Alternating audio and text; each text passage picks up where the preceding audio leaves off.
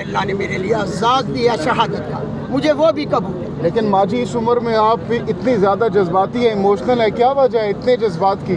یہ میرے قرآن کی طاقت ہے، میں نبی کی امت، قرآن سے میرا واسطہ 40 سال سے ہے۔ خوف کے بت اسی قرآن مجید نے میرے اندر سے ختم کر دی۔ مجھے کسی کا خوف نہیں، کسی کا ڈر نہیں، میں ہر طرح کا بیان دینے کے لیے تیار ہوں۔ مجھے چاہے گلے میں پھندا ڈال کر پھانسی دے دے، مجھے وہ بھی منظور ہے۔ لیکن ریحانہ ڈار صاحبہ، خواجہ آصف صاحب ایک منجھے ہوئے سیاستدان ہیں، اسمبلیز میں رہ چکے ہیں، کیسے آپ مقابلہ کریں گے الدو کہ ان کے حق میں فیصلہ آ چکا ہے؟ میں کہتی ہوں کہ آپ اپنا سوشل میڈیا پر دیکھیں، خواجہ آصف اس ذلت سے بہتر ہے کہ شکست قبول کر۔ خواجہ آصف کہتے ہیں آپ لوگ سوشل میڈیا کی جماعت ہیں، گراؤنڈ میں آئیں۔ میں نے تو پہلے ہی بتایا، آپ سارے صحافیوں سے پوچھ لو، ٹی وی چینل والوں سے پوچھ لو، میں نے کہا تھا کہ میرا یہ راستہ نہیں۔ دیکھیں، نکالیں میرے کلپ تو دیکھیں، ہر طرف آواز گونجے گی کہ ماں نے کہا تھا میرا سیاست کا راستہ نہیں، میرا دین سے تعلق ہے۔ جب میرا گھر ٹوٹا، میرے سر سے چادر اتاری گئی، میرے بال کسیٹے گئے، مجھ پر تشدد ہوا، پیروں پر شیشے مارے گئے۔ میں پوچھتی ہوں کہ جب میرا سیاست تعلق نہیں تھا، میں گھریلو خاتون تھی، گھر کی عزت تھی، چار دیواری کی، نبی پاک صلی اللہ علیہ وسلم نے ماں کے پاؤں میں جنت رکھی، اولین درجہ دیا۔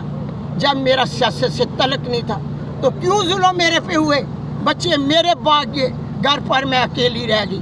اس لیے رہ گئی اس قرآن کی بدولت، اس قرآن مجید کی بدولت جو ہمارے نبی پر اتاری گئی تھی۔ صحیفے آسمانوں پر آئے، جبرائیل علیہ السلام لے کے آئے تھے، اور نبی پاک صلی اللہ علیہ وسلم نے کہا مجھے تو حفظ ہو گیا تو میں اپنی امت کے لیے کیا چھوڑ کر جاؤں گا؟ اہدنا الصراط المستقیم، ایک راستہ جہنت کا اور دوسرا راستہ دوزخ کا۔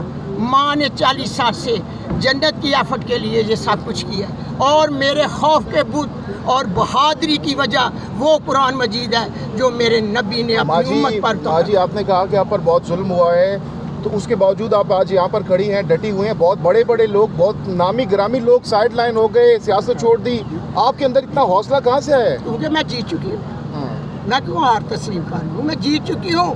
اسی عدالتوں کے سامنے میں بتاؤں گی، اگر مجھے اجازت دی تو میں نے کہا کہ اسی رزلٹ پر آج یہاں الیکشن کمیشن آفس میں کیا بتایا؟ مجھے ٹائم ملا ہے، میرے پاس اوریجنل ڈاکومنٹس ہیں۔ میں اتنی بہادری کیوں کہ میں جیت چکی ہوں۔ اچھا جی، میں جیت چکی ہوں، میرے پاس رزلٹ ہے۔ ہار نہیں ماریں گے آپ؟ میں کسی قیمت پر ہار نہیں مانوں گی۔ آخرکار وہی قرآن اور وہی اللہ پر فیصلہ چھوڑوں گی تو دنیا دیکھے گی اس قرآن کی جیت کو کہ جنہوں نے ظلم کیا اس پر کیا کہہ نظر ہو۔ ریحانہ ڈار صاحبہ وہ حکومت بنا رہے ہیں، معاملات ہو رہے ہیں، ہو سکتا ہے کچھ دنوں میں وہ اسمبلی میں بیٹھے ہوں گے، آپ ادھر عدالتوں کے چکر لگاتی رہیں گی۔ آپ فکر نہ کریں، آگے آگے دیکھیں ہوتا ہے کیا کریں گی آپ؟ میں نے کہا نا، دیکھیں کیا ہوتا ہے۔ کیا کریں گی بتائیں ویورز کو۔ میں بتاؤں گی آخری حد تک کیا کریں گی؟ میری تو آخری حد تک کوشش ہے۔ تو میں نے یہ قرآن گھر سے نکلی تھی، اور اسی قرآن کی قسم دیکھنا جو میرے ساتھ جیتی ہوئی ہار کو شکست میں بدلیں گے، وہ قرآن ان لوگوں کا فیصلہ کرے گا، اور شہر سیالکوٹ یا پورا پاکستان دیکھے سنا ہے کہ آپ بدوائیں بھی دیتی ہیں خواجہ؟ نہیں، میں نے بد دعا کبھی نہیں دی۔ میرے کلپ دیکھ لیں، جنہوں پر ظلم کیا میں نے کبھی ان کو بھی بد دعا نہیں دی۔ اس لیے نہیں دی کہ میں صاحب اولاد، صاحب اولاد شخص ماں ہو، بھائی ہو، بیٹا ہو، جو صاحب اولاد ہوتا ہے وہ کسی کو بد دعا نہیں دی۔ نہ ہی میرے نبی نے فرمایا کہ بد دعا دو۔ اگر میں بد دعا دوں یا غلط الفاظ کے لیے بولوں تو خواجہ آصف میں میرے میں کیا فرق رہے گا؟